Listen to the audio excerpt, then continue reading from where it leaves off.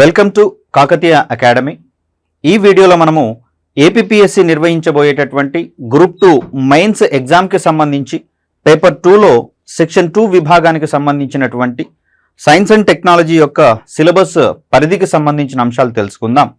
అదేవిధంగా చూస్తే అభ్యర్థులకు మొన్నటి ప్రిలిమ్స్ ఎగ్జామ్లో వచ్చినటువంటి క్వశ్చన్స్ యొక్క డిఫికల్టీ లెవెల్ ఎక్కువగా ఉన్నటువంటి పరిస్థితులలో ప్రస్తుతము సైన్స్ అండ్ టెక్నాలజీకి అత్యధిక వెయిటేజ్ ఉంటుంది కాబట్టి 75 మార్కులకు గాను సైన్స్ అండ్ టెక్నాలజీ పాఠ్యాంశాలు ఉన్నాయి కాబట్టి మరి సైన్స్ అండ్ టెక్నాలజీని ఎలా చదవాలి, ఒక మంచి స్కోర్ సాధించాలి అంటే గ్రూప్ 2 పాయింట్ ఆఫ్ వ్యూలో ఏ విధమైనటువంటి ప్రిపరేషన్ స్ట్రాటజీస్ మనము అవలంబించాల్సి వస్తుంది, ఎలాంటి బుక్స్ను మనము రిఫర్ చేసుకోవాల్సి వస్తుంది, సిలబస్ ఏంటి, సిలబస్లో ఉన్నటువంటి టెక్నికల్ ఇష్యూస్ ఏంటి, అసలు సైన్స్ అండ్ టెక్నాలజీని కాంపిటేటివ్ కోణంలో మనం ఎందుకు చదవాలి, ఇక్కడ పబ్లిక్ అడ్మినిస్ట్రేషన్కి సంబంధించినటువంటి పోస్ట్ గ్రూప్ 2 కాగా మరి దాంట్లో సైన్స్ అండ్ టెక్నాలజీ అనేది ఏ విధంగా కీలకంగా ఉండబోతోంది, ఈ విషయాలన్నీ ఈ వీడియోలో తెలుసుకునేటటువంటి ప్రయత్నం చేద్దాం. మనకి ఇక్కడ కాకతీయ అకాడమీ తరఫు నుంచి ఒక అనౌన్స్మెంట్ ఏంటంటే గుంటూరు మరియు హైదరాబాద్లలో ఆఫ్లైన్ క్లాసెస్ అందుబాటులోకి రాబోతున్నాయి. At the same time offline క్లాసెస్తో పాటుగా ఆన్లైన్ స్ట్రీమింగ్ కూడా లైవ్ ఉండబోతోంది కాబట్టి ఆఫ్లైన్ క్లాసెస్కి అటెండ్ కాలేనటువంటి అభ్యర్థులకు కూడా ఈ పాఠ్యాంశాలు ఎప్పటికప్పుడు అందుబాటులో ఉంచే ప్రయత్నం చేస్తోంది మీ కాకతీయ అకాడమీ. నేను ఇక్కడ సత్యనారాయణ ఆదే నా పేరు. నేను మీకందరికీ దాదాపుగా చిరపరిచితమే అనుకుంటున్నాను. ప్రస్తుతము మీరు చదవబోయేటటువంటి సైన్స్ అండ్ టెక్నాలజీకి సంబంధించినటువంటి గ్రూప్ 2 పాఠ్యాంశాల్లో భాగంగా తెలుగు అకాడమీ నుంచి విడుదలైనటువంటి బుక్ ఏదైతే ఉందో, రిఫరెన్స్ బుక్ ఏదైతే ఉందో, స్టాండర్డ్ బుక్ ఏదైతే ఉందో దానికి ఒక ఆథర్గా వ్యవహరించడం అనేది జరిగింది. At the same time both the Telugu స్టేట్స్కి సంబంధించి సైన్స్ అండ్ టెక్నాలజీ పాఠ్యాంశాలలో ముఖ్యంగా science and technology, Telugu academy, అదేవిధంగా టీశాట్కి సంబంధించిన అంశాలు అనగానే నా యొక్క వీడియోస్ కూడా అందులో మీకు అందుబాటులో ఉంటాయి. కాబట్టి మరి నాకున్నటువంటి ఈ విస్తృతమైనటువంటి అనుభవం దృష్ట్యా మీకందరికీ దీనికి సంబంధించినటువంటి పాఠ్యాంశాలను కాస్త సింప్లిఫైడ్ మేనర్లో మీకు అందించేటటువంటి ప్రయత్నం చేస్తాను. ఇక్కడ ఎస్ఎన్టీ రిలేటెడ్గా చూసుకుంటే ప్రస్తుతము తెలుగు అకాడమీ నుంచి ప్రింట్ చేసినటువంటి ఈ బుక్ మార్కెట్లో అందుబాటులో ఉంది. దీనికి సంబంధించి సగం పోర్షన్ వరకు నేను కూడా ఇన్వాల్వ్ కావడం అనేది జరిగింది రైటర్గా. సో అలా తెలుగు అకాడమీకి సంబంధించి ఒక స్టాండర్డ్ బుక్ని అందించినటువంటి రైటర్గా కూడా మీకు సబ్జెక్ట్ని కాస్త డీటెయిల్డ్గా ఎక్స్ప్లెయిన్ చేసి మీ యొక్క డౌట్స్ని క్లారిఫై చేసేటటువంటి ప్రయత్నం చేయగలను. అదేవిధంగా చూస్తే ఈ బుక్కు సంబంధించి వీలైనంత త్వరలోనే అప్డేటెడ్ ఎడిషన్ కూడా రాబోతోంది. దీంట్లో గ్రూప్ 2 మెయిన్స్కి సంబంధించిన కొన్ని పాఠ్యాంశాలు కొరవడినటువంటి దృష్ట్యా వాటిని కూడా కంప్లీట్గా బుక్లో అందించేటటువంటి ప్రయత్నం చేశాం.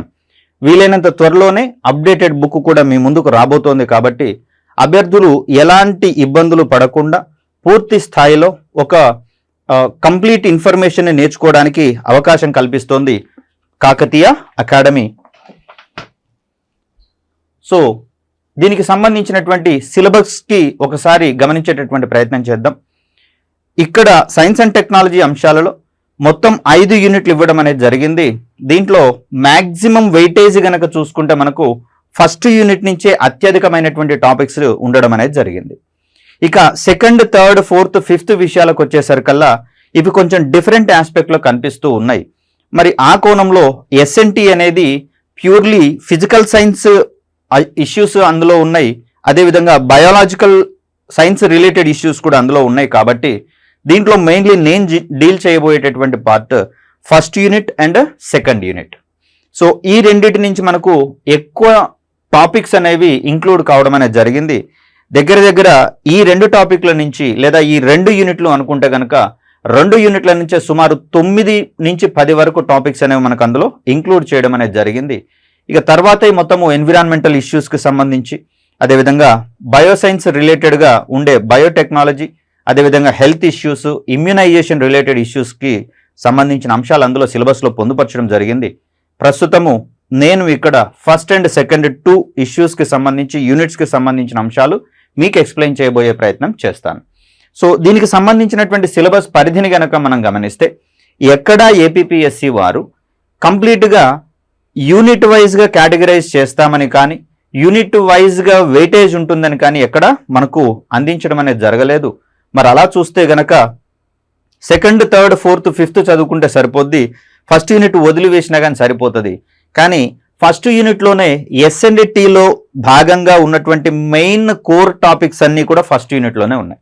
దాంట్లో డిఫెన్స్ కావచ్చు, స్పేస్ కావచ్చు, కంప్యూటర్స్కి సంబంధించినటువంటి అంశాలు కావచ్చు, అదేవిధంగా డిజిటల్ ఇండియాకి సంబంధించినటువంటి అంశాలు కావచ్చు, ఇవన్నీ కూడా మనకు ఫస్ట్ టాపిక్లోనే ఫస్ట్ యూనిట్లోనే ఉన్నటువంటి పరిస్థితులలో మన అక్కడ వాటిని స్కిప్ చేయాలి అంటే మనకు ఎలాగూ మనసు అయితే ఒప్పదు. ఎందుకంటే మెయిన్ వెయిటేజ్ అనేది మనకు ఫస్ట్ యూనిట్లోనే ఉంది.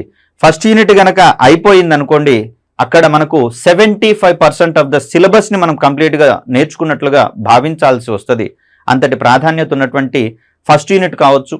దానికి అనుబంధంగా ఉన్నటువంటి టాపిక్గా మనము సెకండ్ యూనిట్ని చూసుకోవచ్చు. ఎందుకంటే ఫస్ట్ యూనిట్లోనే మనకు న్యూక్లియర్ టెక్నాలజీకి సంబంధించినటువంటి ఇష్యూస్ ఇచ్చారు. తర్వాత సెకండ్ యూనిట్ని మనకు ఎనర్జీ రిసోర్సెస్ అనేటటువంటి నేమ్ తోటి మనకు అందించడం అనేది జరిగింది. ఈ 2 యూనిట్స్కి సంబంధించినటువంటి సిలబస్ని ఈ వీడియోలో మనము ఎక్స్ప్లెయిన్ చేసుకునే ప్రయత్నం చేద్దాం. సో ఇక్కడ మనకు స్క్రీన్ మీద కనిపిస్తున్నటువంటి ఇష్యూస్ని కనుక మనం ఒకసారి చూస్తే, దీంట్లో ఫస్ట్ యూనిట్ని మళ్ళీ మనము కేటగరైజ్ చేసుకోవాల్సి వస్తుంది. ఎందుకంటే దాంట్లో సబ్ కాంపోనెంట్స్ చాలా ఉన్నటువంటి పరిస్థితులలో. సో దీంట్లో ఏంటి ఆ సబ్ కాంపోనెంట్స్ అంటే, ఫస్ట్ యూనిట్కి సంబంధించి చూస్తే మనకి ఇక్కడ సాంకేతిక మిషన్లు, విధానాలు, అదేవిధంగా అప్లికేషన్లు అంటే అనువర్తనాలు అని చెప్తాం. మరి ఇక్కడ ఈ రెండిట్లలో కూడా సాంకేతిక మిషన్లు ఒక సబ్ కాంపోనెంట్ అవుతుంది, టెక్నాలజీ మిషన్స్ అంటాము. అదేవిధంగా చూస్తే సాంకేతిక విధానాలు మరొక స్పెషలైజ్డ్ కాంపోనెంట్గా కనిపిస్తుంది. ఇక అప్లికేషన్లకు సంబంధించి చూస్తే మనకు డైలీ లైఫ్లో ఎస్ఎన్టీ యొక్క అప్లికేషన్స్ ఏ విధంగా ఉన్నాయో న్యూస్ పేపర్ వారీగా రీడ్ చేసుకుంటూ పోయినా కూడా దానికి సంబంధించినటువంటి నాలెడ్జ్ మనకు సరిపోతుంది అప్లికేషన్ల గురించి మాట్లాడుకోవాల్సి వచ్చినప్పుడు. ఫర్ ఎగ్జాంపుల్, స్పేస్కి సంబంధించి ఒక ప్రయోగం జరిగిందనుకోండి, శాటిలైట్ ప్రయోగం జరిగిందనుకోండి, దాంట్లోనే మనకు నెక్స్ట్ డే వచ్చేటటువంటి పేపర్లలో ఆ ఉపగ్రహం ఏంటి, దాంట్లో ఉన్నటువంటి పరికరాలు లేదా పేలోడ్స్ ఏంటి, అదేవిధంగా ఆ ఉపగ్రహము ఏ ఏ కార్యక్రమాలలో మానవాళికి ఉపయోగపడుతుంది అనేటటువంటి అంశాలలో ఇస్తారు. కాబట్టి మరి అలా మనకు అప్లికేషన్స్ అనేటటువంటి టాపిక్ మనకు రెగ్యులర్గా పేపర్ చదివే వాళ్ళకి కాస్త ఈజీగా ఉంటుంది. కానీ మిగతా 2 మాత్రం మనకు కొంచెము డీప్గా వెళ్ళాల్సినటువంటి అవసరం ఉన్నటువంటి టాపిక్. సో దీంట్లో 1 by 1 వివరించుకునే ప్రయత్నం చేద్దాం. రైట్, మొదటగా మనం చూసుకుంటే జాతీయ ఎస్ఎన్టీ విధానం అనేది మనకు కనిపిస్తుంది. ఏంటి జాతీయ ఎస్ఎన్టీ విధానం అంటే, ఇక్కడ ఇటీవలి science and technology and innovation policy, ఇక్కడ మనకు 3 రకాలైనటువంటి విభిన్న పదజాలాలు కనిపిస్తూ ఉన్నాయి. మొదటిది సైన్స్ కాగా, రెండవది మనకు టెక్నాలజీ అనే పదం కనిపిస్తుంది,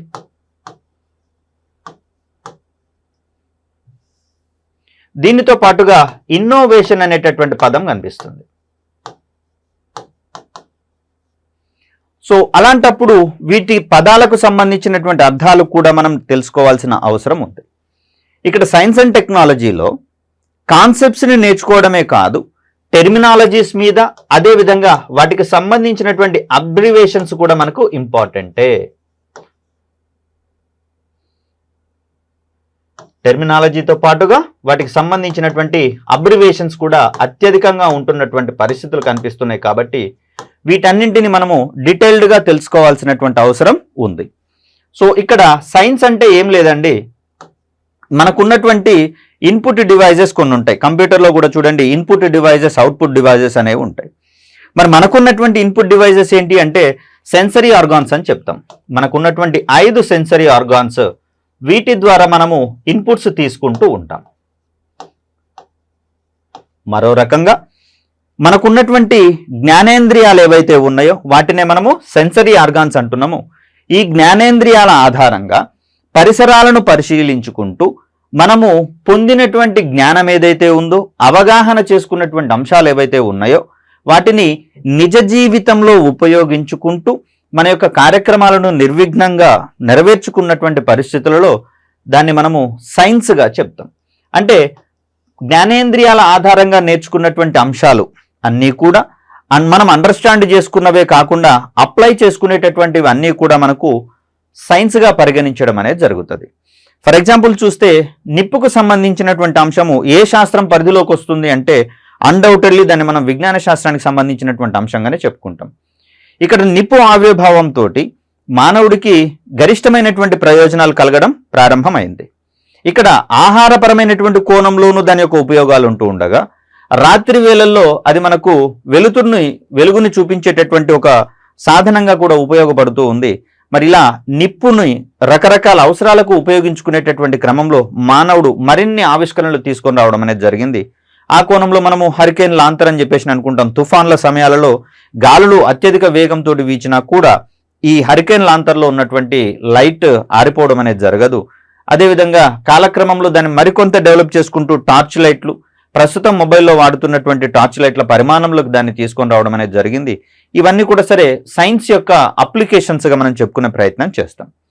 ఇక్కడ మరి సైన్స్ అనేది ఏమంటున్నాం, జ్ఞానేంద్రియాల ద్వారా, సెన్సరీ ఆర్గాన్స్ ద్వారా మనము పరిసరాలను పరిశీలిస్తూ నేర్చుకున్నటువంటి అంశాలన్నీ మనకు సైన్స్గా మారుతున్నాయని చెప్పేసి అనుకున్నాం. సో కాలక్రమంలో ఇలాంటి అంశాలే మనకు క్రమక్రమంగా అభివృద్ధి చెందుకుంటూ విజ్ఞాన శాస్త్రం యొక్క పలు శాఖలుగా ఆవిర్భవించడం అనేది జరిగింది. తొలినాళ్లలో మానవుడికి ఇవన్నీ కూడా తెలియలేదు, పరిసరాలలోని ఏ దృగ్విషయము సరిగా బోధపడలేదు. కాబట్టే వాటికి దైవత్వాన్ని ఆపాదించి పూజలు చేయడం అనేది ప్రారంభించడం జరిగింది. కాబట్టి మనకు వేదకాలంలో కావచ్చు, వేదకాలం పూర్వపు పరిస్థితులు, సింధు నాగరికత కాలంలో కావచ్చు, అక్కడ ప్రకృతి శక్తులను పూజించడం అనే విషయాన్ని చెప్పుకున్నాం. ఎందుకంటే మెరుపులు రావడం వెనకాల ఉన్నటువంటి దృగ్విషయాలు కానీ, ఉరుములు ఉరుమడంలో దాని వెనకాల ఉన్నటువంటి ఫిజికల్ సైన్స్ రిలేటెడ్ ఫినామినస్ కానీ తనకు అర్థం కాలేదు. కాబట్టి వాటన్నింటినీ దైవంగా భావించి పూజలు చేసుకునేటటువంటి ఆచారం ఉండేది. దానివల్ల ఎత్తైనటువంటి వృక్షాలకు కావచ్చు, ఎత్తైనటువంటి కొండలకు కావచ్చు, ఇప్పటికీ కూడా మనము ట్రావెల్ చేసేటటువంటి క్రమంలో దారిలో ఏదైనా నది గనక కనిపిస్తే స్టైల్గా అలా ఒక కాయిన్ ఇసిరేసి దండం పెట్టుకోవడం అనేది చూస్తూనే ఉన్నాం. సరే, మరి వాటి వెనకాల ఉన్నటువంటి సైంటిఫిక్ రీజన్స్ వేరు. మరి ఆ సైంటిఫిక్ రీజన్స్ తెలవనంత వరకు కూడా దాన్ని దైవత్వాన్ని ఆపాదించుకోవడం అనేది జరిగింది.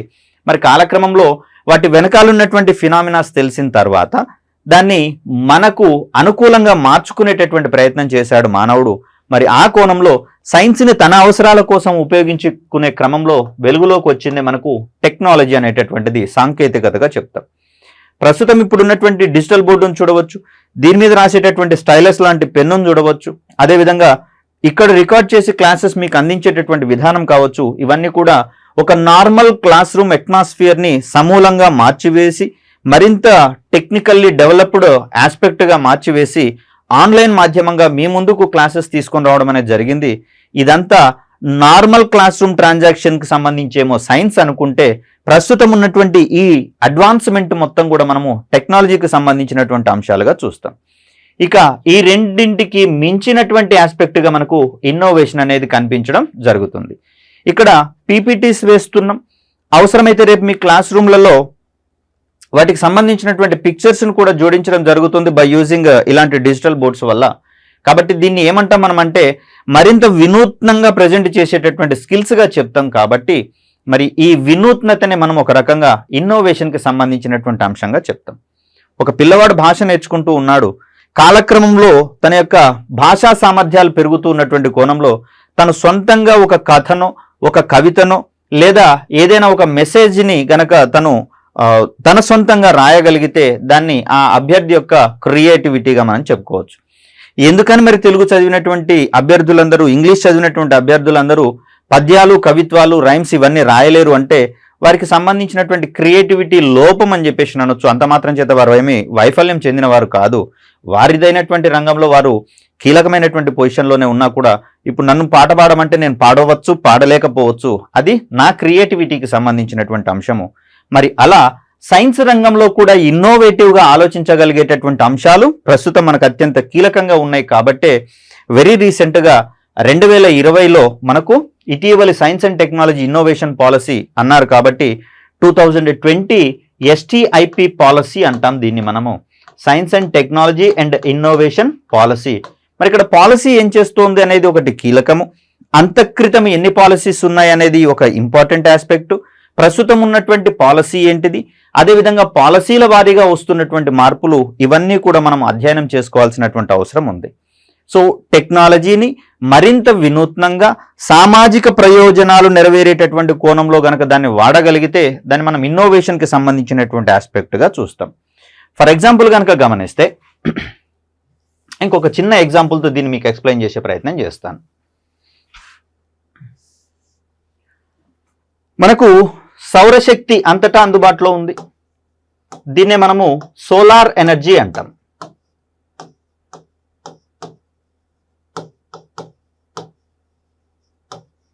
సో మరి దీంతో ఏం చేయొచ్చు మనము అంటే, సాధారణంగా నార్మల్గా ప్రాచీన కాలంలో జరిగేది ఏంటంటే, ఈ ఎండబెట్టడం ద్వారా వస్త్రాలను కావచ్చు, అదేవిధంగా తడిగా ఉన్నటువంటి వాటిని ఆరబెట్టుకోవడం అనేది మనం చూస్తూనే ఉన్నాం.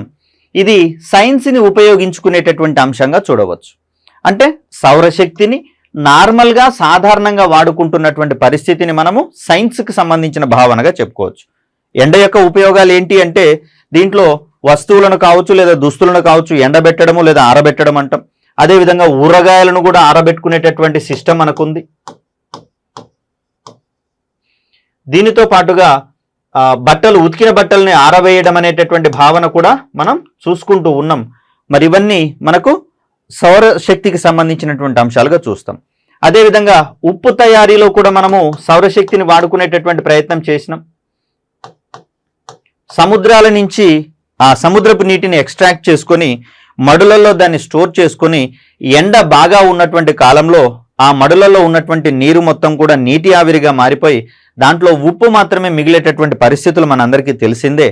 మరి అక్కడ నార్మల్ అవసరాలు అనేవి ఇవి.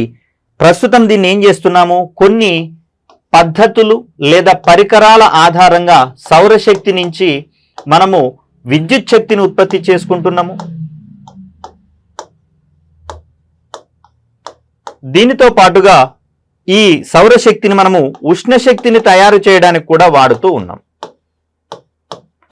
మనకు ఒక బెస్ట్ ఎగ్జాంపుల్ ఏంటంటే, తిరుమల తిరుపతి దేవస్థానం టీటీడీ కానివ్వండి, అదేవిధంగా షిరిడి సంస్థాన్ ట్రస్ట్ అనేటటువంటి ఈ రెండు దేవాలయాలు అక్కడ సోలార్ థర్మల్ హీటింగ్ టెక్నాలజీ ద్వారా మనకు ఆహార పదార్థాలను వండి అక్కడికి వచ్చినటువంటి భక్తులకు వడ్డిస్తున్నటువంటి పరిస్థితులు మనందరికీ తెలిసిందే. మరి దీన్ని మనము టెక్నాలజీ రిలేటెడ్ ఇష్యూగా చూడవచ్చు. సో దీనికి వాడేటటువంటి పరికరాలు ఏంటి అంటే, మనం దీనికి సోలార్ ప్లేట్స్ని వాడతాం, సౌర ఫలకాలు అంటాం. మరి సౌర ఫలకాలు వేటి నుంచి తయారవుతున్నాయి అంటే, సౌర ఘటాల నుంచి, సెల్స్ నుంచి తయారవుతూ ఉన్నాయి. ఈ సౌర ఘటాల మీద పడినటువంటి సూర్యుని యొక్క కాంతి లేదా సూర్యరశ్మి అనేది ఆ ఘటాలలో ఉన్నటువంటి సిలికాన్ అనేటటువంటి మూలకం యొక్క బాహ్య ఎలక్ట్రాన్లను ప్రేరేపించినప్పుడు ఆ ఎలక్ట్రాన్లు దాని యొక్క ఉపరితలం నుంచి బయటకు వస్తాయి. అవే ఎలక్ట్రాన్లను మనం కలెక్ట్ చేసుకొని విద్యుత్ అవసరాలకు వాడుకుంటూ ఉన్నాం. మరి ఇక్కడ సిలికాన్ నుంచి ఇక్కడ సౌరరశ్మి వల్ల లేదా సూర్యరశ్మి వల్ల ఎలక్ట్రాన్స్ బయటికి రావడం అనేది నార్మల్ సైన్స్గా కనిపిస్తుంది. దాన్ని ఎక్స్ట్రాక్ట్ చేసుకొని మన యొక్క విద్యుత్ అవసరాలను తీర్చుకోవడం అనేది బికాజ్ ఆఫ్ సోలార్ సెల్స్, ఇది మనకు టెక్నాలజీ అనిపించుకుంటుంది. మరి ఇన్నోవేషన్ ఏంటి సార్ అంటే, ఎక్కడైతే సౌరరశ్మి లేదా సూర్యరశ్మి అందుబాటులో ఉంటుందో ఆ ప్రాంతంలోనే విద్యుత్ శక్తిని ఈ సూర్యరశ్మి ఆధారంగా ఉత్పత్తి చేసుకుంటూ ఆ ప్రాంతాల యొక్క విద్యుత్ అవసరాలను తీర్చుకోగలిగితే దాన్ని మనం ఇన్నోవేషన్కి సంబంధించినటువంటి అంశంగా చూస్తాం.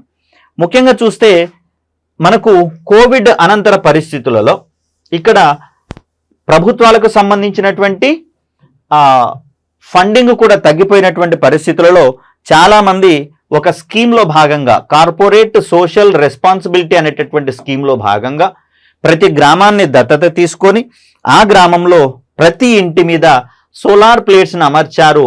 సో దట్ అక్కడికక్కడే వాళ్ళకు కావలసినటువంటి విద్యుత్ ఉత్పత్తి అనేది జరిగేది. సో దీన్ని సోలార్ ప్లేట్ నుంచి విద్యుత్తు తయారవుతున్నటువంటి పరిస్థితులలో అక్కడొక ఇన్వర్టర్ లాంటి పరికరాన్ని ఉంచడం జరిగింది. ఈ ఇన్వర్టర్ను ఆధారంగా చేసుకొని అక్కడ డే టైంలో ప్రొడ్యూస్ అయినటువంటి సౌర విద్యుత్ ఏదైతే ఉందో దాన్ని ఇన్వర్టర్లలో భద్రపరిచి రాత్రి వేళల్లో వినియోగించుకోవడానికి దాన్ని ఉపయోగించుకున్నాము. మరి ఇక్కడ ఈ పరిస్థితిని మనము ఇన్నోవేటివ్ థాట్గా చెప్పుకోవచ్చు. ఇన్నోవేషన్. దీన్నే మనము నవకల్పనలు అంటాం. వినూత్నంగా ఆలోచించడము, ఆ వినూత్నత నుంచి మానవాళికి పనికొచ్చేటటువంటి కొన్ని ఉత్పాదకతలను లేదా ఉత్పన్నాలను ఆవిష్కరింపచేయడమే ఇన్నోవేషన్కి సంబంధించినటువంటి అంశంగా చెప్తాం. ఇంకొక ఎగ్జాంపుల్ని కనుక గమనిస్తే, నార్మల్గా మనం కెమెరాని దేనికి వాడతాము? ఫొటోస్ తీసుకోవడానికి వాడతాం, లేదా మనకు కావాల్సినటువంటి వారి యొక్క వీడియోలను చిత్రీకరించడానికి వాడతాం. ఇంతకంటే వినూత్నంగా మార్చడానికి అవకాశం లేదు కదా. కానీ కేరళ మరియు ఢిల్లీ గవర్నమెంట్లకు సంబంధించినటువంటి మెకానిజం ఎలా ఉంది అంటే, ఇక్కడ సీసీ కెమెరాలను ఏర్పాటు చేసుకుంటున్నారు. వీటికి ఆర్టిఫిషియల్ ఇంటెలిజెన్స్ సాంకేతికతను జోడించడం అనేది జరిగింది. సో రెగ్యులర్గా వెహికల్స్ మీద పోతున్నటువంటి పరిస్థితులలో ప్రతి పోలీసు ఎవరు హెల్మెట్ పెట్టుకున్నారు, ఎవరు ట్రిపుల్ రైడింగ్ వెళ్తున్నారు, ఇవన్నీ పరిశీలించి వారి యొక్క బైక్ యొక్క నెంబర్ కనిపించేటట్లుగా పిక్చర్స్ ఒక స్నాప్ తీసినట్లయితే వారికి ఫైన్ ఇవ్వడం అనేది గతంలో మనం చూస్తూ ఉన్నాం. అందుకనే ప్రస్తుతం ట్రాఫిక్ పోలీసులు ఎవరు మనల్ని ఎదురుపడి ఆపట్లేరు. ట్రిపుల్ రైడింగ్ పోతున్నప్పుడు జస్ట్ ఒక కెమెరాతో క్లిక్ అనిపిస్తున్నారు. ఆ నెంబర్ని ఆధారంగా చేసుకుని అడ్రస్కో చలాన్ అనేది వస్తుంది. ఆ నెంబర్కి అటాచ్ చేయబడినటువంటి ఫోన్ నెంబర్ ఏదైతే ఉందో ఫోన్ నెంబర్కి ఒక మెసేజ్ వస్తుంది, మీరు ఒక ట్రాఫిక్ నేరంలో చిక్కుకోవడం జరిగింది, ఫలానా టైంలో మీరు ఈ పరిస్థితులలో దొరికిపోయారు, దానికి సంబంధించినటువంటి challan you need to paid అని చెప్పేసి మనకు ఒక మెసేజ్ అనేది రావడం జరుగుతుంది. మరి ఇలాంటప్పుడు వందల కొద్ది వేల కొద్ది వాహనాలను పోలీసు వారు అబ్జర్వ్ చేయాలి అంటే చాలా సంక్లిష్టమైనటువంటి పరిస్థితి. కాబట్టి దీనికి విరుగుడుగా ఢిల్లీ మరియు కేరళ ప్రభుత్వాలు సీసీ కెమెరాల సహాయంతో ఆర్టిఫిషియల్ ఇంటెలిజెన్స్ ఆధారిత ట్రాఫిక్ మేనేజ్మెంట్ సిస్టమ్ని, ఇంటిగ్రేటెడ్ ట్రాఫిక్ మేనేజ్మెంట్ సిస్టమ్ని డెవలప్ చేసుకోవడం అనేది జరిగింది. దీనివల్ల ఇక్కడ ఉన్నటువంటి ఆర్టిఫిషియల్ ఇంటెలిజెన్స్ సాఫ్ట్వేర్లు లేదా అల్గారిథమ్స్ రోడ్డు మీద వెళ్తున్నటువంటి వాహనాలు ప్రతిదాన్ని కూడా పరిశీలించడం జరుగుతుంది.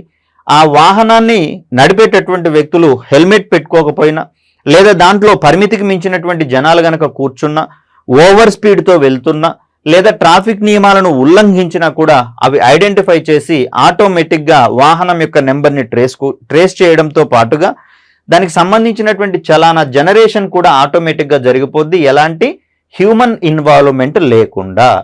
మరి ఇక్కడ సైన్స్ అనేది కేవలం కెమెరా యొక్క తయారీకి ఉపయోగపడితే, మరింత వినూత్నంగా ఆలోచించి ఆర్టిఫిషియల్ ఇంటెలిజెన్స్ అల్గారిథమ్స్ సహాయంతో సీసీ కెమెరాలను వినూత్నంగా ఆలోచించుకుంటూ ఉన్నాం. ఇది ఇప్పుడు మనకు కావాల్సినటువంటి ఆస్పెక్ట్స్. కాబట్టే ఒక ప్రభుత్వ ఉద్యోగిగా, అది కూడా గ్రూప్ 2 స్థాయి అధికారిగా మీరు ఉండబోతున్నారు. కాబట్టి తదుపరి మీరు గ్రూప్ 1 స్థాయి అధికారి మరియు కన్ఫర్డ్ ఐఏఎస్ స్థాయి అధికారులుగా వెళ్ళేటటువంటి క్రమంలో మీకు సైన్స్కి సంబంధించినటువంటి ఉపయోగాలన్నీ కూడా నేర్చుకొని ఉండాల్సినటువంటి పరిస్థితి, తెలుసుకొని ఉండాల్సినటువంటి పరిస్థితి. కాబట్టి ఆ కోణంలో వీటన్నింటిని మనము సిలబస్లో భాగంగా పొందుపరుచుకోవడం అనేది జరిగింది.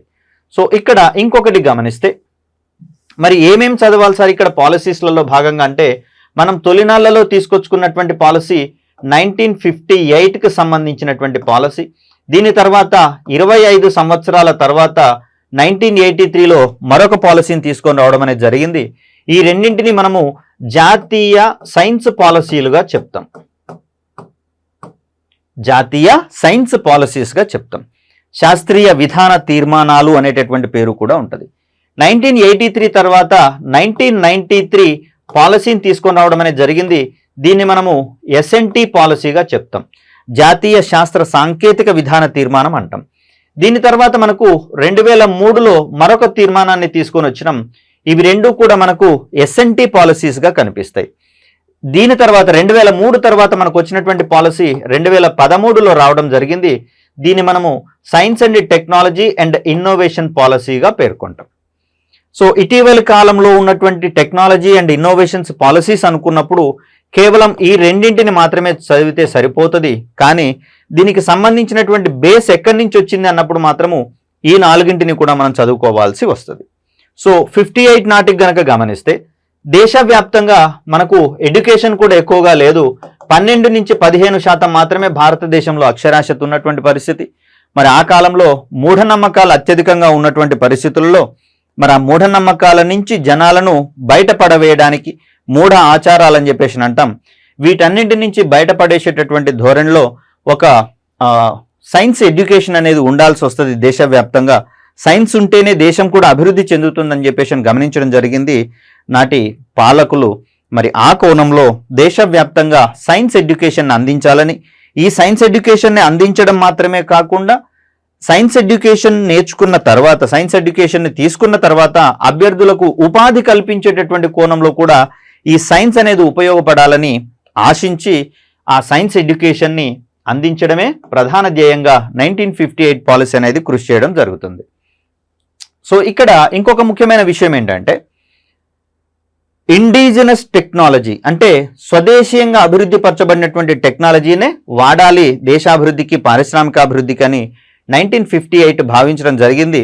మరి ఆ కోణంలో 25 సంవత్సరాల తర్వాత ఒక్కసారి వెనక్కి తిరిగి చూసుకుంటే మరి ఇండిజినస్ టెక్నాలజీ వల్ల మనం ఆశించినంత డెవలప్మెంట్ చేసుకోలేకపోతున్నాం. కాబట్టి కొద్దిపాటి మేరకు లేదా కీలకమైనటువంటి రంగాలలో విదేశీ సాంకేతికత యొక్క ఆవశ్యకతను కూడా గుర్తించడం జరిగింది నాటి పాలకులు.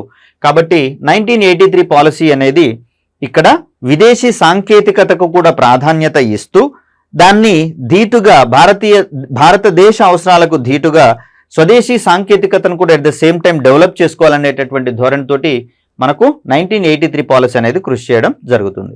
సో దీంట్లో మనం కేవలం స్వదేశీ సాంకేతికతకే పెద్దపీట వేసుకున్నాం.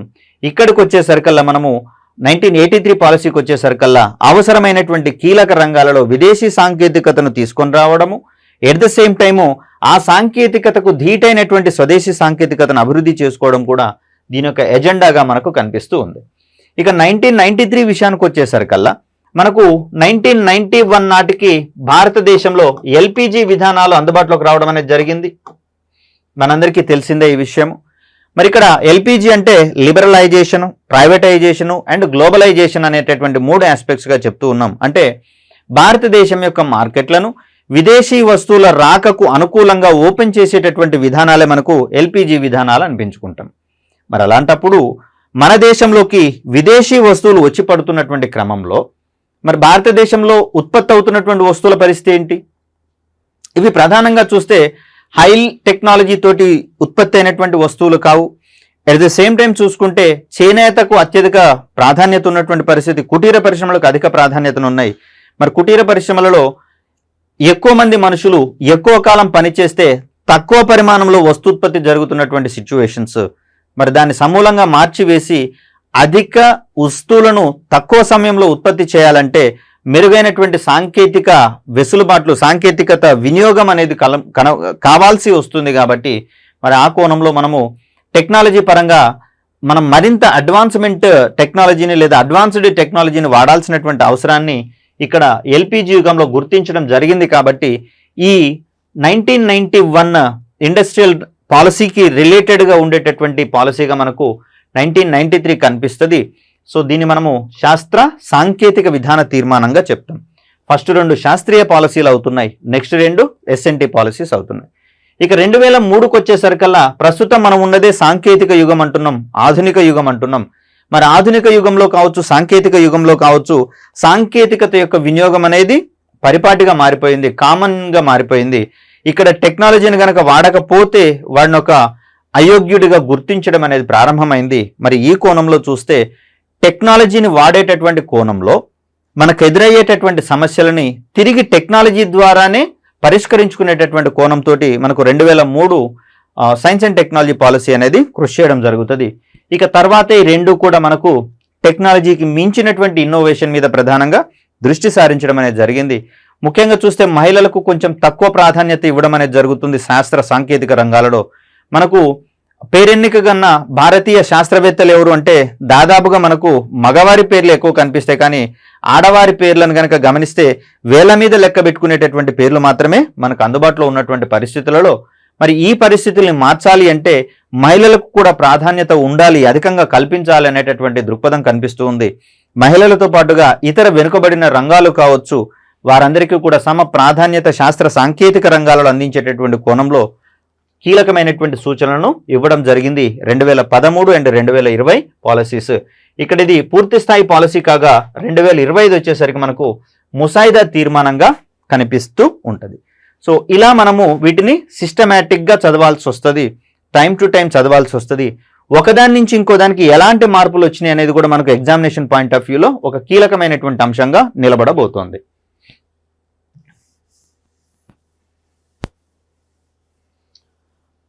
ఇక సెకండ్ దాన్ని గనక గమనిస్తే మనకు దీంట్లో నేషనల్ స్ట్రాటజీస్ అండ్ మిషన్స్ అనేది కనిపిస్తూ ఉంది. స్ట్రాటజీస్ అంటే వ్యూహాలండి. స్ట్రాటజీస్ అంటే వ్యూహాలు.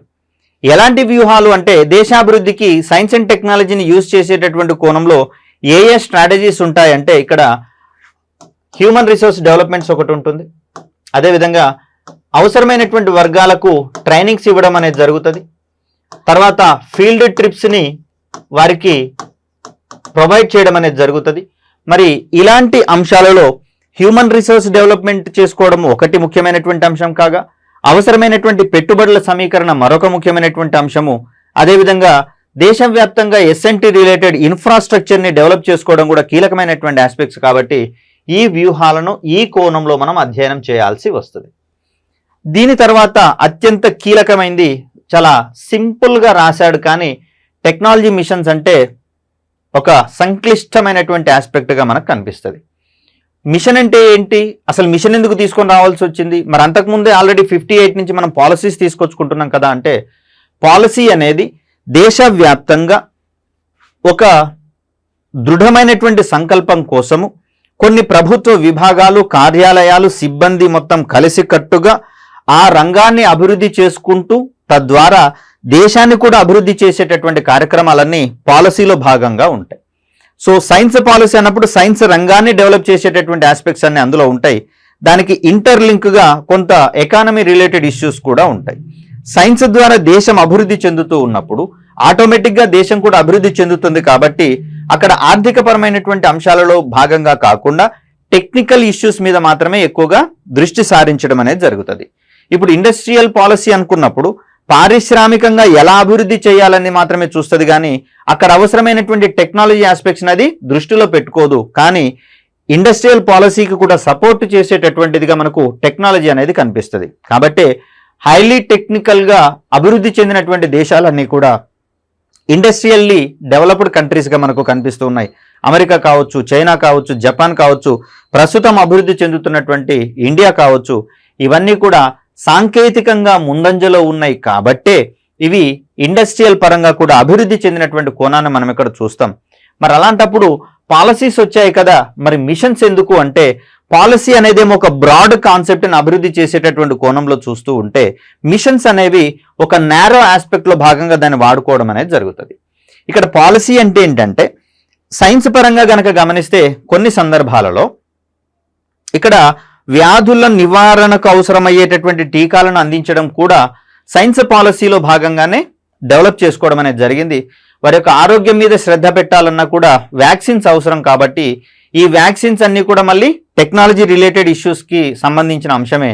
మరి అలాంటప్పుడు ఈ టీకాలను కొన్ని అందజేయబడినటువంటి వర్గాలు ఏవైతే ఉన్నాయో, టీకాలు ఇంకనూ అందజేయబడినటువంటి వర్గాలు ఎవరైతే ఉన్నారో వారి మీద ప్రత్యేక దృష్టి సారించి వారికే స్పెషల్గా టీకాలను అందించి వారిలో ఆరోగ్యాన్ని పెంపొందించేటటువంటి మిషన్గా మనకు జాతీయ ఇమ్యునైజేషన్ మిషన్ అనేది కనిపిస్తుంది.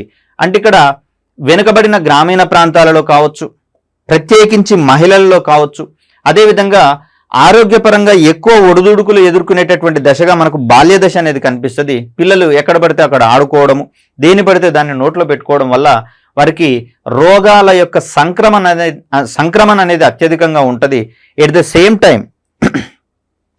సేమ్ టైం వీరికి పోషకాలు లభించినటువంటి పరిస్థితులలో వారిలో రోగాలను ఎదుర్కొనేటటువంటి సామర్థ్యం కూడా తక్కువగా ఉంటున్నటువంటి పరిస్థితులలో మరి టీకాలు అందజేత, అదేవిధంగా పోషకాహారాన్ని అందించడం ద్వారా వారిలో సంపూర్ణ ఆరోగ్యాన్ని పరిరక్షించుకునేటందుకు గాను మనకు ఇమ్యునైజేషన్ మిషన్ ఒకటి, అదేవిధంగా జాతీయ పౌష్టికాహార మిషన్, ఇలాంటి మిషన్లు అనేవి అందుబాటులోకి తీసుకొని రావడం అనేది జరిగింది. మరి వీటి వల్ల దేశవ్యాప్తంగా ఉన్నటువంటి లక్షలాది మంది తల్లులకు కావచ్చు, గర్భిణీ స్త్రీలకు కావచ్చు, చిన్నారులకు కావచ్చు సకాలంలో పౌష్టికాహారాన్ని అందజేయడంతో పాటుగా టీకాలను కూడా సకాలంలో ఇస్తూ సీజనల్గా వయస్సుల వారీగా వచ్చేటటువంటి వ్యాధుల నివారణ మీద ప్రధానంగా దృష్టి సారించుకోవడం జరిగింది. మరి సైన్స్ పాలసీ వచ్చిన తర్వాత మిషన్ అనేది అవసరం లేదు. కానీ ఎక్కడైతే వెనకబాటుతనం ఉందో ఆ రంగాన్ని సత్వరమే తక్కువ కాలంలోనే దాన్ని డెవలప్ చేసేటటువంటి కోణంలో లేదా ముందుకు తీసుకొని వచ్చేటటువంటి కోణంలో అభివృద్ధి పరిచేటటువంటి ఉద్దేశంలో టెక్నాలజీ మిషన్స్ అనేవి కృషి చేస్తాయి. తొలినాళ్లలో మనకు కేవలం 6 మాత్రమే ఉన్నాయి. తాగునీటి మిషన్ కావచ్చు, అక్షరాస్యత మిషన్ కావచ్చు, పాల దిగుబడులకు సంబంధించినటువంటి మిషన్ కావచ్చు, ఆయిల్ పామ్ లాంటి నూనె గింజల మిషన్ కావచ్చు, ఇవి మాత్రమే కమ్యూనికేషన్స్ మిషన్స్, ఇలాంటివి కేవలం 6 మాత్రమే ఉంటే ప్రస్తుతము మరిన్ని కీలక రంగాలకు వీటిని అన్వయింప చేసుకోవడం ద్వారా క్వాంటమ్ మిషన్ని తీసుకొచ్చుకున్నాం, గ్రీన్ హైడ్రోజన్ మిషన్ని అమలు పరుస్తూ ఉన్నాం, అదేవిధంగా సూపర్ కంప్యూటింగ్ మిషన్ తీసుకొచ్చుకున్నాం, క్వాంటమ్ కంప్యూటింగ్ మిషన్ తీసుకొని వచ్చుకున్నాం. అలా వాట్ నాట్ మన దేశ అభివృద్ధికి దోహదపడేటటువంటి అన్ని రంగాలలో ఈ మిషన్స్ని ఇంప్లిమెంట్ చేసుకుంటూ పోతూ ఉన్నాం. తద్వారా తక్కువ కాలంలోనే వీటికి సంబంధించినటువంటి అడ్వాన్స్మెంట్స్ని మనము అచీవ్ చేయడానికి ట్రై చేస్తున్నటువంటి పరిస్థితులు కనిపిస్తూ ఉన్నాయి. ఇక మరొకటి కనుక గమనిస్తే మనకు ఎమర్జింగ్ టెక్నాలజీ ఫ్రాంటియర్స్ అనేది కనిపిస్తూ ఉంది. ఏంటి సార్ ఎమర్జింగ్ టెక్నాలజీ అంటే? ఇప్పుడు ఈ నిమిషము అభివృద్ధి చెందేటటువంటి దశలో ఉన్నటువంటి సాంకేతికతలను మనము ఎమర్జింగ్ టెక్నాలజీస్ అంటాం. లేదా ఒక 5 సంవత్సరాల క్రితం అభివృద్ధి చెందించబడి వాటి యొక్క ఫలితాలు కనుక మనం ఇప్పుడు పొందుతూ ఉంటే దాన్ని మనం ఎమర్జింగ్ టెక్నాలజీగా చెప్తాం. లేదా ఇప్పుడు అభివృద్ధి చెందుతూ రానున్న 5 నుంచి 10 సంవత్సరాల కాలంలో దాని యొక్క ప్రయోజనాలు మరిన్ని రంగాలకు అన్వయింప చేసుకోవడం ద్వారా దాని యొక్క ప్రయోజనాలను మనం పొందగలిగితే దాన్ని మనము ఎమర్జింగ్ టెక్నాలజీగా చెప్పుకుంటాం. ఫర్ ఎగ్జాంపుల్ చూసినట్లయితే మనము ఆర్టిఫిషియల్ ఇంటెలిజెన్స్ అని చెప్పేసి చెప్పుకుంటున్నాం, కృత్రిమ మేధ. దీన్ని కేవలం గతంలో అయితే కంప్యూటర్లకు సంబంధించినటువంటి అంశాలలో భాగంగానే చూసినాం. ఇప్పుడు మనము మొబైల్ ఫోన్ వాడుతున్నటువంటి పరిస్థితులలో కొన్ని సందర్భాలలో ఆటోమేటిక్ ట్రాన్స్లేషన్ అనేది కనిపిస్తుంది, మీరు జాగ్రత్తగా అబ్జర్వ్ చేస్తే. అదేవిధంగా చూసినట్లయితే ఫేస్బుక్లో మనము ఏ రకమైనటువంటి పోస్టులను ఎక్కువగా గమనిస్తున్నామో చూసుకొని కేవలం వాటికి సంబంధించినటువంటి నోటిఫికేషన్లను మాత్రమే తీసుకొచ్చేది మనకు ఆర్టిఫిషియల్ ఇంటెలిజెన్స్. అంతేకాకుండా యూట్యూబ్లో మీరు ఏ విధమైనటువంటి వీడియోలు బ్రౌజ్ చేస్తున్నారో చూసుకుంటూ మీ ఆసక్తులకు అనుగుణమైనటువంటి వీడియోలను మీరు యూట్యూబ్ ఓపెన్ చేయగానే అక్కడ కనిపించేలా చేసేది మనకు ఆర్టిఫిషియల్ ఇంటెలిజెన్స్. ఈ విషయం తెలియక మనల్ని ఎవరు గమనించట్లేరని మనం అనుకుంటున్నాం. బట్ ఆర్టిఫిషియల్ ఇంటెలిజెన్స్ సహాయంతో యూట్యూబ్లో మీరు చేసేటటువంటి బ్రౌజింగ్ ఏదైతే ఉందో లేదా వీడియో సర్ఫింగ్ ఏదైతే ఉందో వాటన్నింటినీ ఆర్టిఫిషియల్ ఇంటెలిజెన్స్ అల్గారిథమ్స్ మనల్ని అబ్జర్వ్ చేస్తూ ఉన్నాయి. ఫేస్బుక్లోనే కాదు, ఆన్లైన్ పోర్టల్స్ ఏవైతే ఉన్నాయో ఆన్లైన్ పోర్టల్స్లలో మీరు చేసేటటువంటి కొనుగోలు లావాదేవీలన్నీ కూడా ఈ ఆర్టిఫిషియల్ ఇంటెలిజెన్స్ వడపోస్తూ ఉన్నాయి, ఫిల్టర్ చేస్తూ ఉన్నాయి. కాబట్టే మీరు కొనుగోలుకు ఆసక్తి చూపుతున్నటువంటి వస్తువుల యొక్క లిస్ట్ మొత్తం టైం టు టైం, అంటే ఎండాకాలంలో ఏ రకమైనటువంటి వస్తువులు కొంటారు, వింటర్లో ఏ వస్తువులు కొంటున్నారు, రైనీ సీజన్లో ఏ వస్తువులు కొంటున్నారు, ఏ పండుగలప్పుడు ఏ వస్తువులు కొంటున్నారు, ఎన్ని నెలలకు లేదా ఎన్ని సంవత్సరాలకు మీరు మొబైల్ మార్చేటటువంటి అవకాశం ఉంది, ఇవన్నీ ఆర్టిఫిషియల్ ఇంటెలిజెన్స్ సహాయంతో సదరు కంపెనీలు మనకు సంబంధించినటువంటి సమస్త ఇన్ఫర్మేషన్ని వాళ్ళ దగ్గర పెట్టుకుంటున్నాయి. కాబట్టి ఒక అంశాన్ని కనుక మనం జాగ్రత్తగా చూస్తే, ఫర్ సపోజ్ ఏదైనా ఒక ఈ-కామర్స్ పోర్టల్లో లేదా ఆన్లైన్ మార్కెట్లో ఒక వస్తువుని కొందామని చెప్పేసి కాస్త దాని గురించి డీటెయిల్స్ చూసి వదిలేశాం అనుకుందాం. నెక్స్ట్ టైం నుంచి మీరు ఫేస్బుక్ చూస్తున్నా, ట్విట్టర్ చూస్తున్నా, అమెజాన్ ప్రైమ్లో వీడియోస్ చూస్తున్నా, మూవీస్ చూస్తున్నా, లేదా యూట్యూబ్లో వీడియోస్ బ్రౌజ్ చేస్తున్నా కూడా కింద వచ్చేటటువంటి ప్రకటనలను గమనించండి. మీరు ఏ వస్తువునైతే వదిలేశారో ఆ వస్తువుకు సంబంధించినటువంటి ప్రకటనలే అక్కడ కనిపిస్తూ ఉంటాయి. ఇవన్నీ కూడా మనకు ఆర్టిఫిషియల్ ఇంటెలిజెన్స్ని ఇన్వాల్వ్ చేయడం ద్వారా వచ్చినటువంటి పరిస్థితులుగా మనం చూడవచ్చు. అంతేకాకుండా ఇటీవల శాంసంగ్ గెలాక్సీ S24 అనేటటువంటి వెర్షన్ మొబైల్స్ రిలీజ్ కావడం జరిగింది. దీంట్లో AI ఫీచర్స్ని ఇంక్లూడ్ చేయడం అనేది జరిగింది. మీరు తీసిన ఏదైనా ఒక ఫోటో మీద ఒక సర్కిల్ని గనక ఇలా చుట్టినట్లయితే ఆ సర్కిల్లో ఉన్నటువంటి వస్తువు యొక్క సమస్త సమాచారాన్ని గూగుల్లో సెర్చ్ చేసి ఇమ్మీడియట్గా మన ముందు పెట్టేటటువంటి పరిస్థితులు మనకు వచ్చినాయి. కాబట్టి మరి అలాంటప్పుడు ఫోటోలలో కూడా మనం అత్యంత సున్నితమైనటువంటి సమాచారాన్ని గూగుల్కి కనిపించకుండా చూసుకోవాల్సిన బాధ్యత ఇప్పుడు మన మీదకి రావడం అనేది జరిగింది. అదేవిధంగా మీరు గూగుల్లో కానివ్వండి, ఆండ్రాయిడ్ వాడేటటువంటి ఫోన్స్ కానివ్వండి, యాపిల్ వాడేటటువంటి యూజర్స్ కానివ్వండి, ఒకటి గమనిస్తే మీరు తీసుకున్నటువంటి ఫోటోలను అవి అనునిత్యం పరిశీలిస్తూ మీకు సంబంధించినటువంటి నెలవారీ ఫోటోషూట్ కార్యక్రమాలన్నీ కూడా అవే ఫిల్టర్ చేసి ఒక అద్భుతమైనటువంటి వీడియో ఇమేజ్నో లేకపోతే ఇంకో రకమైనటువంటి ఫైల్స్ను మీ ముందుకు ఉంచేటటువంటి ప్రయత్నం తీసుకొని వస్తున్నాయి. మరి ఇవన్నీ కూడా ఆర్టిఫిషియల్ ఇంటెలిజెన్స్ రిలేటెడ్ ఇష్యూస్గా మనం చూడవచ్చు. అదే ఫేస్బుక్ సంస్థ కనుక ముందుకు వస్తే మనము ఈ రోజున లాస్ట్ ఇయర్ ఏం పని చేశాం, కీలకమైనటువంటి ఈవెంట్ ఏంటి, 2 సంవత్సరాల క్రితం ఏం చేశాం, 3 సంవత్సరాల క్రితం ఏం చేశాం, ఇవన్నీ కూడా మనకు నోటిఫికేషన్ల రూపంలో తీసుకొని వస్తుంది. ఇవన్నీ కూడా ఏఐ రిలేటెడ్ ఇష్యూస్గానే మనం చూస్తాం. అలా మనకు క్వాంటమ్ కంప్యూటర్స్ కావచ్చు, నానో టెక్నాలజీ కావచ్చు, ఆర్టిఫిషియల్ ఇంటెలిజెన్స్ కావచ్చు, అదేవిధంగా చూస్తే 3D ప్రింటింగ్ టెక్నాలజీ కావచ్చు, వీటి తర్వాత ఆగ్మెంటెడ్ రియాలిటీ కావచ్చు, వర్చువల్ రియాలిటీ కావచ్చు, అదేవిధంగా ఈ మధ్య కాలంలో వెలుగులోకి వస్తున్నటువంటి మెటావర్స్ అనేటటువంటి అంశం కావచ్చు. ఇవన్నీ కూడా మనకు ఎమర్జింగ్ టెక్నాలజీస్లో భాగంగా అధ్యయనం చేయాల్సి వస్తుంది. వీటి వల్ల ప్రయోజనాలు ఏంటి, వీటి వల్ల ప్రతికూలతలు ఏంటి, ప్రతికూలతలను మళ్ళీ పరిష్కరించుకునేటటువంటి కోణంలో ఏ విధమైనటువంటి సోర్సెస్ మన దగ్గర ఉన్నాయి, ఇవన్నీ మనం అధ్యయనం చేయాల్సి వస్తుంది. అదేవిధంగా ఇప్పుడున్నటువంటి సాంకేతికత భవిష్యత్తులో ఏ రకంగా మారబోతోందో కనుక్కోవడం కూడా మనకు కీలకమే. స్టార్టింగ్లో మనకు వర్చువల్ రియాలిటీ మాత్రమే ఉండేది, దీన్ని కాలక్రమంలో ఆగ్మెంటెడ్ రియాలిటీగా మార్చారు. ఇప్పుడు ఈ రెండింటిని ఇంక్లూడ్ చేస్తూ మనకు మెటావర్స్ అనేది ముందుకు దూసుకొని రావడం అనేది జరిగింది. తద్వారా వర్చువల్ సమ్మిట్స్ని కనుక మనము అరేంజ్ చేసుకోవాల్సినటువంటి పరిస్థితుల్లో ఇవన్నీ కీలకమైనటువంటి అంశాలుగా మనకు కనిపిస్తూ ఉన్నాయి. మరి వీటన్నింటిని 1 by 1 మనము అధ్యయనం చేసుకోవాల్సినటువంటి పరిస్థితి, అది కూడా కాంపిటేటివ్ కోణంలో అధ్యయనం చేసుకోవాల్సినటువంటి పరిస్థితి. మరి వాటికి సంబంధించినటువంటి సమస్త సమాచారాన్ని మీకు రెగ్యులర్గా ఎప్పటికప్పుడు అప్ టు డేట్గా మీ ముందుకు తీసుకొని వచ్చేటటువంటి ప్రయత్నం చేస్తుంది కాకతీయ అకాడమీ. సో ఇప్పుడు మనము సెకండ్ యూనిట్కి సంబంధించినటువంటి అంశాలు తెలుసుకునేటటువంటి ప్రయత్నం చేద్దాం. సారీ, దీన్ని సెకండ్ యూనిట్ అనకూడదు, ఫస్ట్ యూనిట్లో సెకండ్ కాంపోనెంట్గా మనం చూస్తాం. ఫస్ట్ సబ్ కాంపోనెంట్లోకి వచ్చేసరికల్లా జాతీయ ఎస్ఎన్టీ విధానం పేరుతోటి science and technology and innovation policies గురించి తెలుసుకున్నాం. నేషనల్ స్ట్రాటజీస్ అండ్ మిషన్స్కి సంబంధించిన అంశాలు, దీనితో పాటుగా ఎమర్జింగ్ టెక్నాలజీ ఫ్రాంటియర్స్కి సంబంధించినటువంటి అంశాలను గమనించే ప్రయత్నం చేస్తాము ఫస్ట్ యూనిట్లోని ఫస్ట్ సబ్ కాంపోనెంట్లో. ఇక సెకండ్ కాంపోనెంట్కి వచ్చేసరికల్లా దీని అసలు ఎందుకు సబ్ కాంపోనెంట్గా లేకపోతే ఫస్ట్ యూనిట్లో ఒకానొక టాపిక్గా ఇంక్లూడ్ చేశారో మనకు అర్థం కాదు. ఎందుకంటే శక్తి వనరులను మించినటువంటి టాపిక్గా మనకు స్పేస్ టెక్నాలజీ అనేది కనిపిస్తుంది.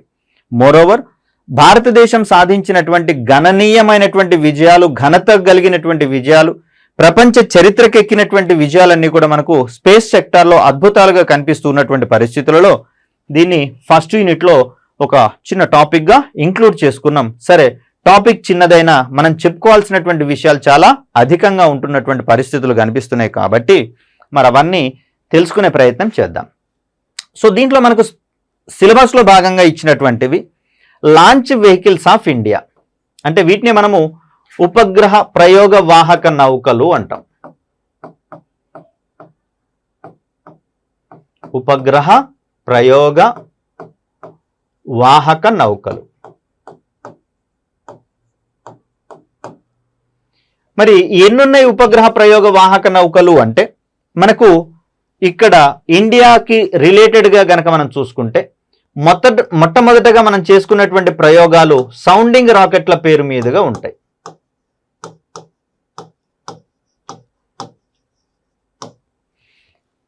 దీనితో పాటుగా ఇంకొకటి అధ్యయనం చేయాల్సినటువంటి అంశం ఏంటంటే ఈ సౌండింగ్ రాకెట్లతో పాటుగా వాటిని ఏ వేదికల నుంచి ప్రయోగిస్తున్నాము అనేది కూడా మనకు కీలకమే. స్టార్టింగ్లో మనకు తుంబా ఈక్విటోరియల్ రాకెట్ లాంచింగ్ స్టేషన్ కేరళలో ఉందండి ఇది. సో దీని ద్వారా సౌండింగ్ రాకెట్ ప్రయోగాలు జరిగినాయి. కానీ కాలక్రమంలో ఏం చేశామంటే దీన్ని యుఎన్ఓకు అంకితం చేయడం అనేది జరిగింది. యునైటెడ్ నేషన్స్ ఆఫ్ ఆర్గనైజేషన్స్కి దీన్ని అంకితం చేసినాం. తద్వారా ప్రపంచ దేశాలన్నీ కూడా ఈ తుంబా ఈక్విటోరియల్ రాకెట్ లాంచింగ్ స్టేషన్ నుంచి వాటి యొక్క సౌండింగ్ రాకెట్ ప్రయోగాలను నిర్వర్తిస్తూ ఉన్నాయి ప్రస్తుతం. మరి అలాంటప్పుడు సౌండింగ్ రాకెట్ అంటే ఏంటి, అది ఎన్ని దశలలో ప్రయాణిస్తుంది లేదా ఎన్ని అంచెలలో ప్రయాణిస్తుంది, అలా ప్రయాణించేటటువంటి క్రమంలో అది ఏ ఏ విధులు నిర్వర్తిస్తుంది, ఇవన్నీ మనకు చాలా కీలకమే.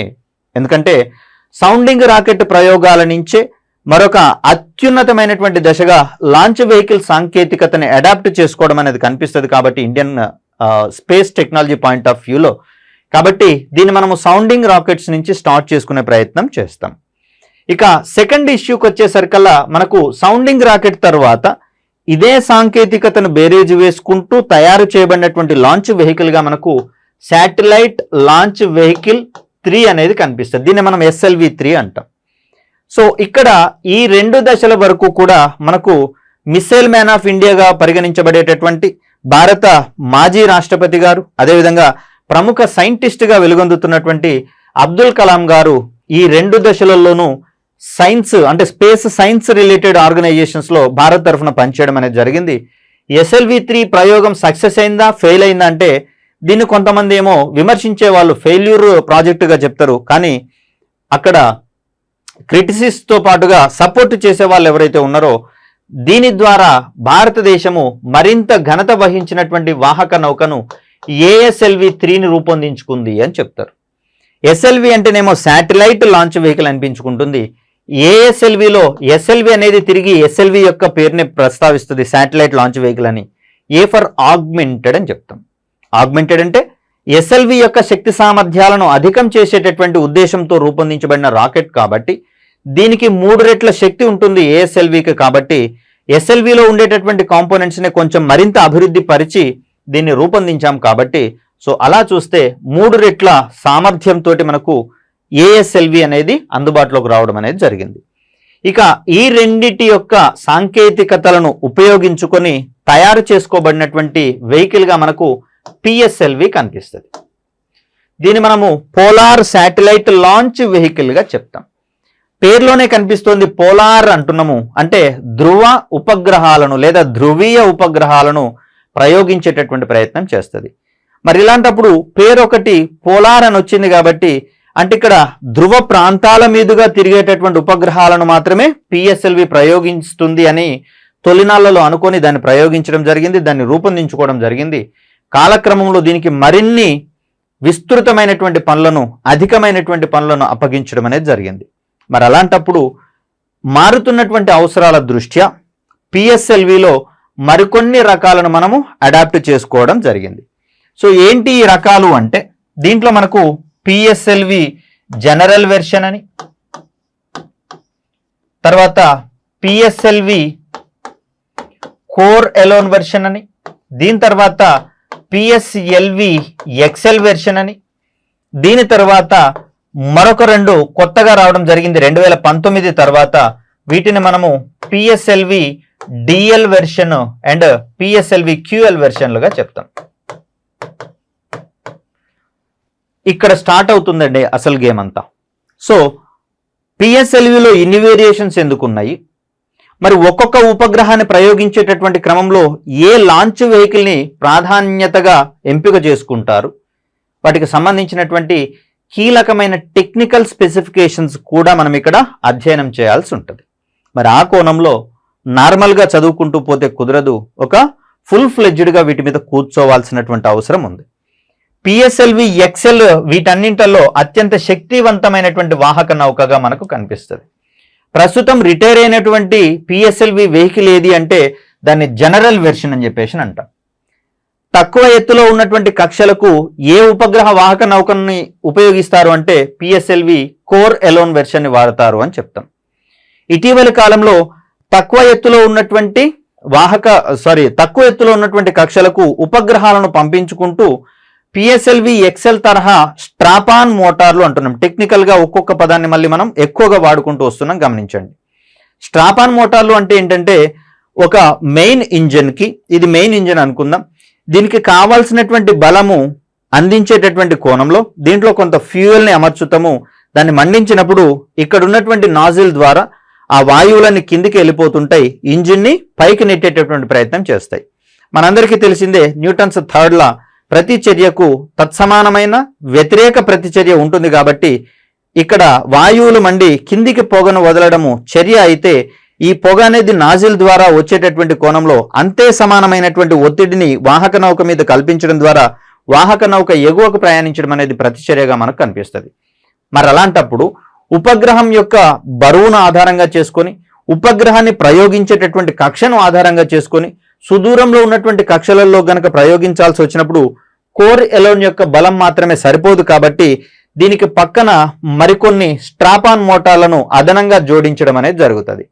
సో ఈ స్ట్రాపాన్ మోటార్లు కోర్ ఎలోన్ మోటార్ మండినప్పుడు, అదే సమయంలో మండినప్పుడు దానికి అదనపు శక్తిని కల్పించడం జరుగుతుంది. కాబట్టి మరి అక్కడ టెక్నికల్గా దీన్ని మరింత సుదూరాలకు మోసుకొని పోయేటటువంటి సామర్థ్యం లభిస్తుంది. అలా ఈ స్ట్రాపాన్ మోటార్ల యొక్క సంఖ్యను బేరీజు వేసుకుంటూ ఇక్కడ వేరియేషన్స్ అనేవి తీసుకొని రావడం జరిగింది. జనరల్ వెర్షన్లో మామూలుగా ఉండేటటువంటి 6 స్ట్రాపాన్ మోటార్లు ఉంటాయి. సిఏ వెర్షన్లో స్ట్రాపాన్ మోటార్లు ఏవీ ఉండవు. ఎక్సెల్ వెర్షన్కి వచ్చేసరికి శక్తివంతమైనటువంటి స్ట్రాపాన్ మోటార్లు ఉంటాయి. అంటే జనరల్ వెర్షన్ కంటే మించినటువంటి శక్తివంతమైనటువంటి స్ట్రాపాన్ మోటార్లు ఉంటాయి. చంద్రయాన్లో కావచ్చు, మంగళయాన్లో కావచ్చు, అదేవిధంగా భారతదేశం ప్రతిష్టాత్మకంగా రూపొందించుకున్నటువంటి IRNSS Indian regional navigational satellite system అంటాం. దీంట్లోని ఉపగ్రహాలు దగ్గర 9 వరకు ఉపగ్రహాలను ప్రయోగించడం జరిగింది.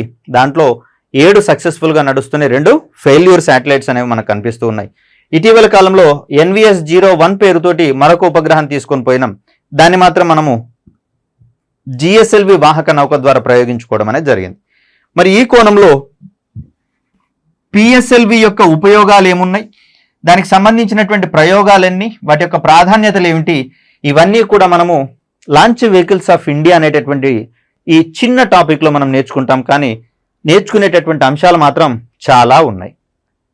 నెక్స్ట్ PSLV తర్వాత మనం చూడాల్సినటువంటిది GSLV వాహక నౌక. ఇందులో SLV అంటే చెప్పుకున్నాం శాటిలైట్ లాంచ్ వెహికల్ అని.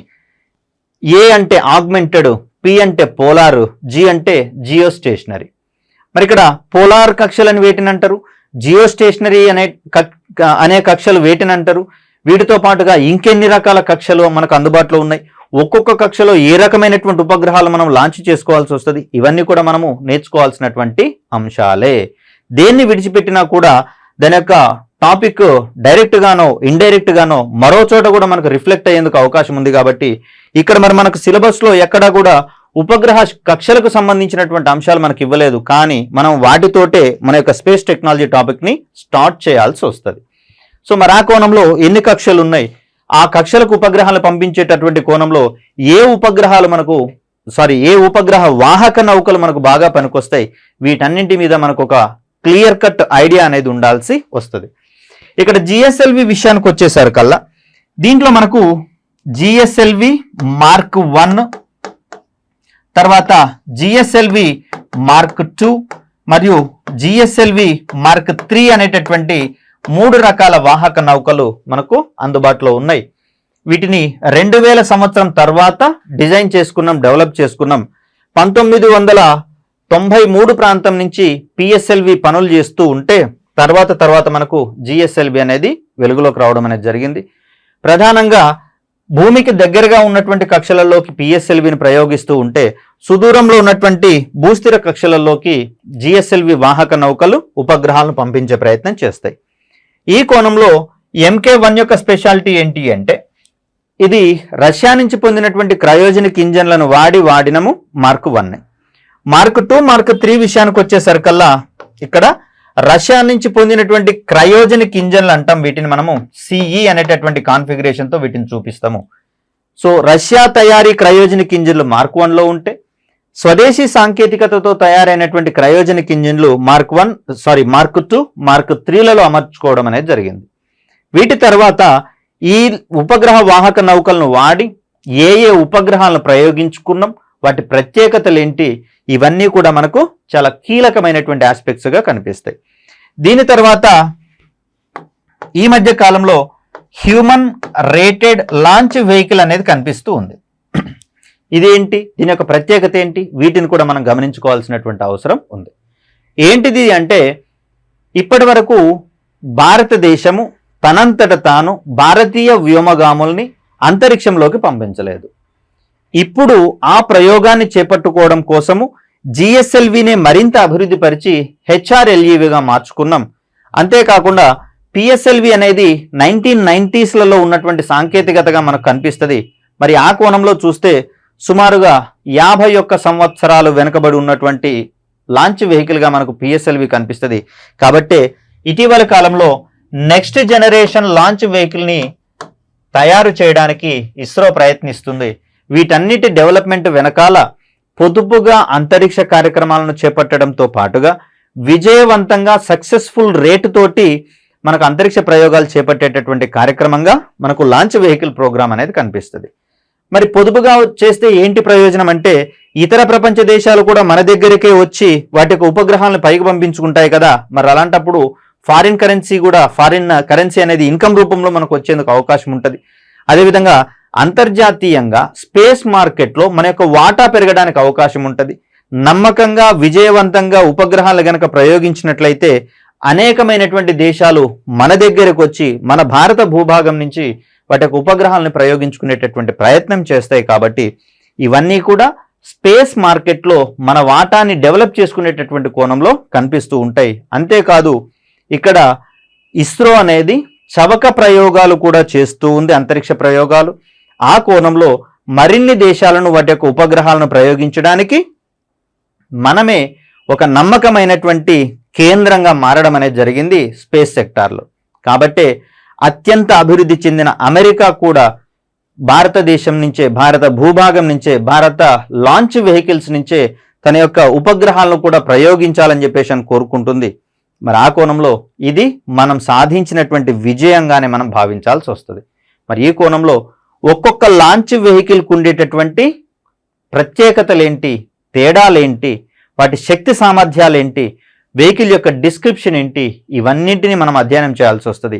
అదేవిధంగా ఏ వాహక నౌక ఎన్ని దశలలో ప్రయాణిస్తుంది, ఆ దశలలో వాడేటటువంటి ఇంధనాలేంటి, ఇంధనాలకు సంబంధించినటువంటి అబ్రివేషన్స్, ఆ అబ్రివేషన్స్ని ఎక్స్పాన్షన్ చేసేటటువంటి కోణంలో కూడా మనకు క్వశ్చన్స్ రావడం అనేది జరుగుతుంది. కాబట్టి ఇది ఆషామాషి వ్యవహారం అయితే కాదు.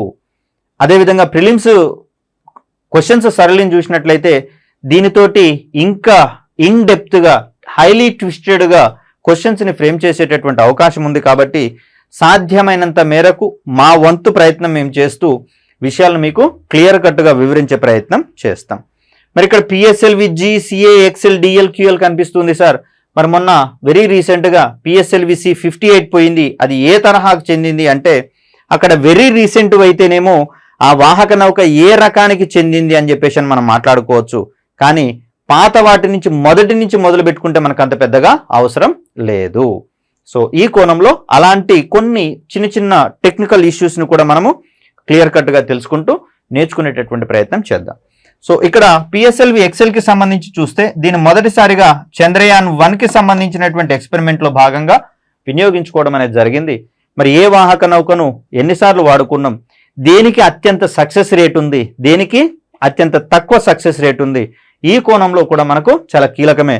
దీంట్లో పిఎస్ఎల్వి ఎక్సెల్ ద్వారా ఒక 2 ప్రయోగాలు ఫెయిల్యూర్డ్గా మనకు కనిపిస్తూ ఉన్నాయి. సిఏకి సంబంధించి చూస్తే 100% సక్సెస్ రేట్ ఉంది. ఇక్కడ డిఎల్కి సంబంధించి చూస్తే 100% సక్సెస్ రేట్ ఉంది. క్యూఎల్కి సంబంధించి చూస్తే 100% సక్సెస్ రేట్ ఉంది. ఒక్క పిఎస్ఎల్వి జి మరియు పిఎస్ఎల్వి ఎక్సెల్లకు మాత్రమే 100% సక్సెస్ఫుల్ రేట్ అనేది లేదు. మరి అలాంటప్పుడు ఈ మైన్యూర్ ఇష్యూస్ కూడా మనకు క్వశ్చన్స్ రూపంలో వచ్చేందుకు అవకాశం ఉంది. ఈ క్రింది వానిలో 100% సక్సెస్ రేటును సాధించినటువంటి పిఎస్ఎల్వి వాహక నౌకలేవి అన్నప్పుడు మనం కోర్ ఎలోన్ వెర్షన్కి, డిఎల్ వెర్షన్కి, అదేవిధంగా క్యూఎల్ వెర్షన్కి మనము ఆప్షన్స్ చూజ్ చేసుకోవాల్సి వస్తుంది. మరి మిగతా వాటికి ఎందుకు లేదు అంటే ఇంత క్రితమే చెప్పుకున్నాం, ఐఆర్ఎన్ఎస్ఎస్ సందర్భంగా ఒక ఉపగ్రహానికి సంబంధించి అక్కడ ఫెయిల్యూర్ అనేది ఏర్పడడం జరిగింది. ఇవన్నీ కూడా మనము పాఠ్యాంశాలలో భాగంగా డిస్కస్ చేసుకుంటాం. వీటికి మించి చాలా మనం నేర్చుకోవాల్సినటువంటి అంశం ఉంది. ఒక పిఎస్ఎల్వికి సంబంధించి అంటే స్పేస్కి సంబంధించినటువంటి లాంచ్ వెహికల్స్ అనేటటువంటి పాఠ్యాంశంలోనే ఇన్ని కీలకమైనటువంటి అంశాలు మనకు రావడం జరిగింది. మరి మిగతావి గనక చూసుకుంటే ఇంకా అద్భుతమైనటువంటి అంశాలను మనం నేర్చుకోవాల్సిన అవసరం ఉంది.